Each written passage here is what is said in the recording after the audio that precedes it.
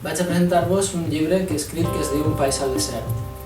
Conta la història d'un xiquet que li diuen Zak, que és saharaui. Viu al desert del Sàhara i va vindre a passar les seues vacances a casa nostra. El més important de la història no és el que es va trobar ell, que era molt diferent a la seva vida en el desert, sinó tot el que van descobrir els xiquets d'ací respecte a què passava a les arenes del desert. I el que van descobrir era una realitat en la qual els saharauis vivien fora de la seva terra, expulsats per una ocupació militar, encara que mantenien les seues tradicions, la seva llengua i intentaven tornar a casa seva. Tot això ho contem en Un país al desert.